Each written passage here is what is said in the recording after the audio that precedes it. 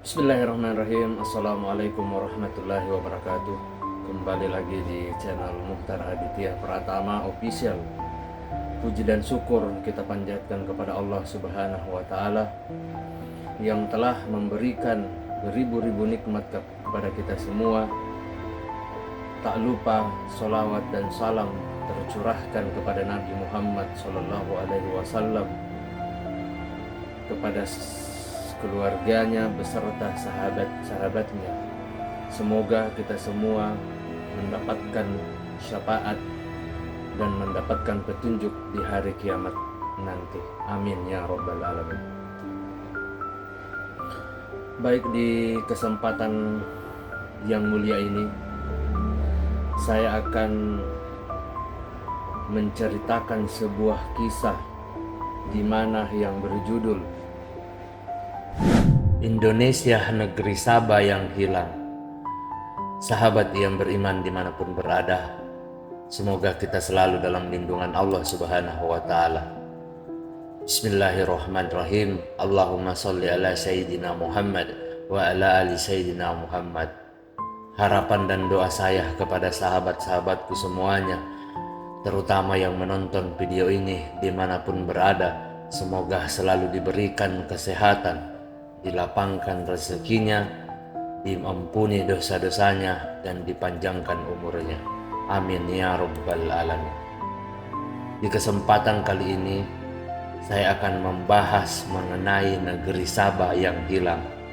Negeri Sabah yang hilang di zaman Nabi Sulaiman alaihissalam dan digambarkan sebagai bagian dari surga yang ada di bumi, ternyata berada di Indonesia. Fakta mengejutkan itu disampaikan oleh ahli matematika Islam Kiai Haji Fahmi Bahsa Hamdi melalui penelitian selama 33 tahun lebih sejak 1979 hingga kini. Penulis bukan hanya memaparkan tentang peninggalan Nabi Sulaiman alaihissalam yang agung, tetapi merekonstruksi sejarah Nusantara. Sahabat yang beriman dimanapun berada, Al-Quran datang tidak hanya meluruskan ilmu tauhid dan akhlak manusia, tetapi juga meluruskan dunia kepurbakalan kita. Katanya seperti dikutip dalam buku Borobudur dan Peninggalan Nabi Sulaiman, cetakan ke-7 Januari 2014. Menurut penulis, ciri-ciri negeri Sabah yang pernah disinggahi Nabi Sulaiman alaihissalam dan tentaranya telah digambarkan dengan jelas dalam Al-Quran. Melalui kisah Nabi Sulaiman dan Ratu Balqis. Kisah itu berawal saat Sulaiman pergi ke Yaman. Saat berada di Yaman, Nabi Sulaiman alaihissalam meminta kepada burung hudhud atau sejenis belatuk untuk mencari sumber air. Setelah lama disuruh dan tak kembali, bahkan setelah dipanggil, burung hudhud akhirnya kembali.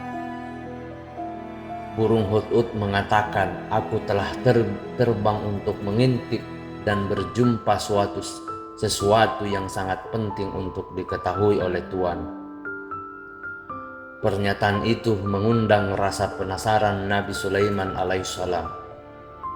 Dilanjutkan, burung hudhud saat mendengar atau mencari sumber mata air, dia terbang jauh dan melihat satu negeri yang sangat indah.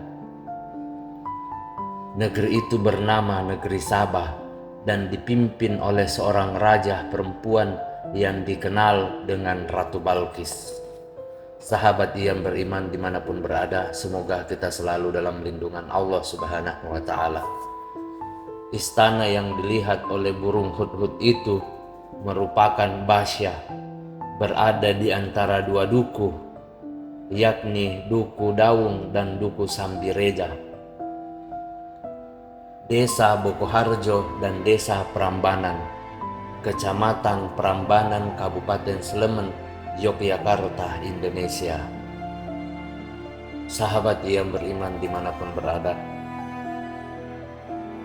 pemakaman istilah Ratu Boko dalam penelitian ini sekedar untuk mengenali tempat, karena tempat itu sekarang bernama Istana Ratu Boko, bukan untuk mengatakan bahwa Ratu Saba atau Ratu Balkis sama dengan Ratu Boko, sambung Basya. Dilanjutkan burung hudhud, Ratu Balkis dan pengikutnya bersujud menyembah matahari dan meninggalkan ibadat menyembah Allah Subhanahu wa Ta'ala. Dia dan pengikutnya juga telah disilapkan matanya oleh syaitan kepada perbuatan yang syirik. Setelah mendengar keterangan burung hudhud, Nabi Sulaiman alaihissalam marah besar, sebab tidak ada Tuhan yang lain yang patut disembah selain Allah Subhanahu wa Ta'ala. Kemudian dia menulis surat yang isinya meminta Ratu Balkis kembali ke jalan Allah Subhanahu wa Ta'ala. Sahabat yang beriman dimanapun berada, surat itu diberikan oleh burung hudhud dan diterima Ratu Balkis. Penulis mengklaim surat Nabi Nabi Sulaiman alaihissalam itu ditemukan di dalam kolam istana Ratu Boko yang terbuat dari lempengan emas. Begitupun dengan tempat upacara menyembah matahari. Sahabat yang beriman dimanapun berada, mendapat surat Nabi Sulaiman alaihissalam, Ratu Balkis tidak langsung bertaubat. Dia malah meminta pengawalnya untuk mengirimkan harta yang berlimpah ke istana Nabi Sulaiman alaihissalam.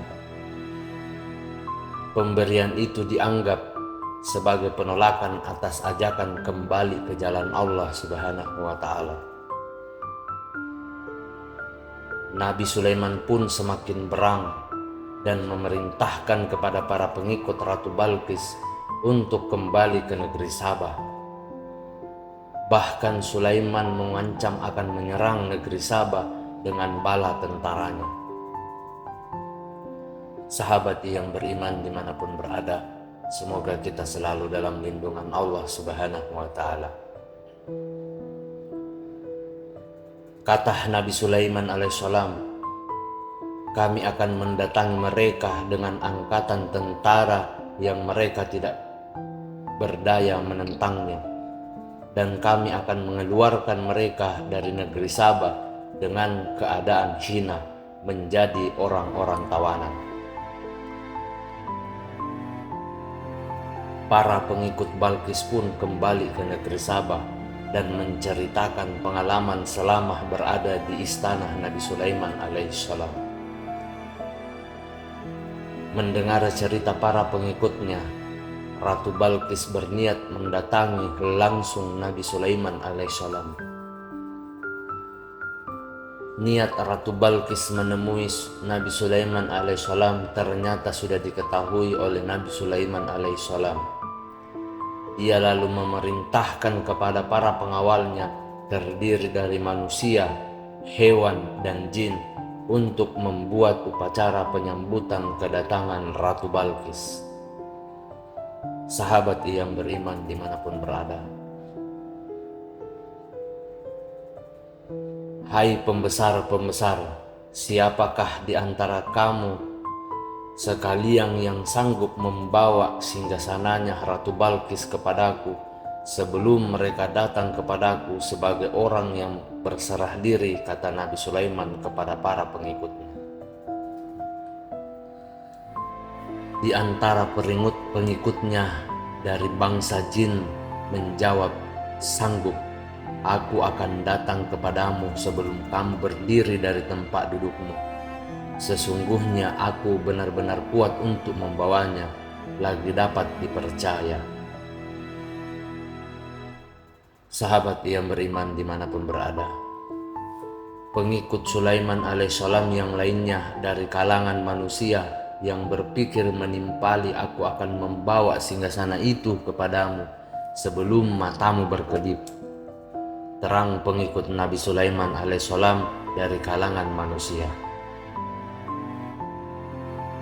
Sebelum mata Nabi Sulaiman berkedip, singgasana Ratu Balqis yang berada di negeri Sabah telah dipindahkan ke hadapan Nabi Sulaiman alaihissalam. Puji syukur atas nikmat Allah Subhanahu wa Ta'ala pun dipanjatkan oleh Nabi Sulaiman alaihissalam saat melihat pemandangan itu. Akhirnya datanglah Ratu Balqis menghadap Nabi Sulaiman alaihissalam. Kepada Ratu Balqis, Nabi Sulaiman memperlihatkan apa yang ada di hadapannya sebagai istana yang mirip dengan yang ada di negeri Sabah.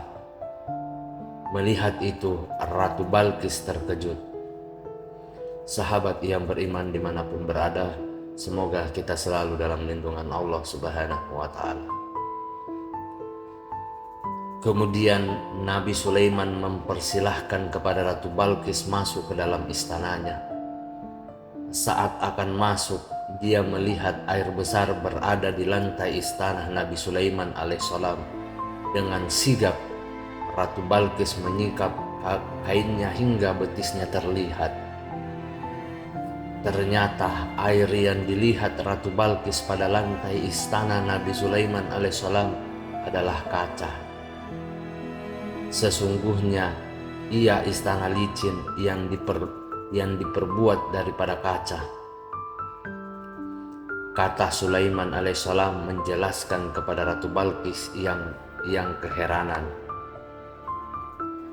Ya Tuhanku, sesungguhnya aku telah berbuat zalim terhadap diriku dan aku berserah diri bersama Nabi Sulaiman dan kepada Allah Subhanahu wa Ta'ala. Tuhan semesta alam, balas Ratu Balqis mengakui kebesaran Nabi Sulaiman alaihissalam. Setelah mengalami langsung kebesaran Nabi Sulaiman alaihissalam dan merasakan nikmat Allah Subhanahu wa Ta'ala, Ratu Balqis akhirnya ikut menyembah Allah Subhanahu wa Ta'ala dan meninggalkan upacara menyembah matahari di negeri Sabah. Akhirnya mereka pun menikah. Dari kisah tersebut, Basyah menemukan sedikitnya 40 fakta lapangan yang menyebutkan Indonesia sebagai negeri Sabah yang hilang. Di antara fakta lapangan tersebut adalah yang pertama, surat yang dikirimkan Nabi Sulaiman kepada Ratu Balqis di negeri Sabah. Surat itu ditemukan di kolam istana Ratu Boko dan terbuat dari pelat emas bertuliskan nama Tuhan yang paling tinggi. Kemudian yang kedua, istana Ratu Balqis yang dipindahkan Nabi Sulaiman alaihissalam ke istananya melalui kekuatan jin yang bekerja sama dengan manusia dan hewan. Istana itu diyakini berada di kawasan Sleman, Jawa Tengah. Kemudian yang ketiga adalah istana Ratu Boko yang telah rusak. Menurut penulis, kerusakan itu bukan diperbuat oleh tangan-tangan manusia, tetapi oleh tangan-tangan jin dan gaib. Hal itu terlihat dari bekas kerusakan pada batu istana. Kemudian yang keempat adalah tempat bersujud menghadap matahari di istana Ratu Boko. Di tempat inilah burung hudhud melihat Ratu Balqis dan pengikutnya sedang melakukan upacara menyembah matahari. Yang kelima adalah tamsil Ratu Balqis sedang menyingsingkan kainnya ketika disuruh masuk ke istana Nabi Sulaiman yang dia sangka air besar. Sejumlah fakta inilah yang melahirkan teori awal Indonesia negeri Sabah yang hilang. Fakta pengikut negeri Sabah di Indonesia dan bukan di Yaman adalah hutan Sabah di Wonosobo dan di daerah Sleman yang diambil dari nama Nabi Sulaiman alaihissalam. Sementara di Yaman hanya ada prasasti bertuliskan Sabum. Begitupun tempat bersujud menghadap matahari yang hanya ditemukan di istana Ratu Boko, bukan di Yaman. Kemudian adalah surat Nabi Sulaiman alaihissalam kepada Ratu Balqis atau Ratu Sabah. Surat ini ada di istana Ratu Boko, terbuat dari lempengan emas. Sahabat yang beriman dimanapun berada, sementara di Yaman surat ini tidak pernah ditemukan. Terakhir adalah pemindahan istana Ratu Balqis ke kerajaan Nabi Sulaiman alaihissalam di Yaman.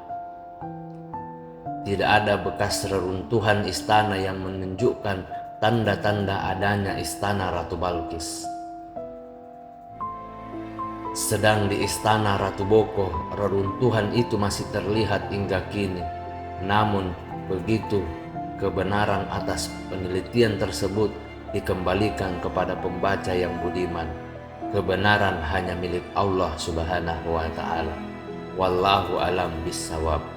Demikianlah cerita singkat mengenai Indonesia negeri Sabah yang hilang, atau sejarah negeri Sabah. Semoga apa yang saya sampaikan pada kesempatan kali ini bisa bermanfaat bagi yang mendengarkan dan bisa kita petik hikmahnya. Demikianlah kisah yang dapat saya sampaikan.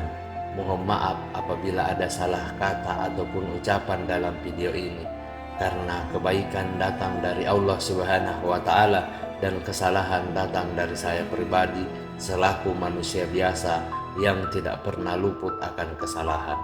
Akhir kata, subhanakallahumma wa bihamdika ashhadu an la ilaha illa anta astaghfiruka wa atubu ilaik.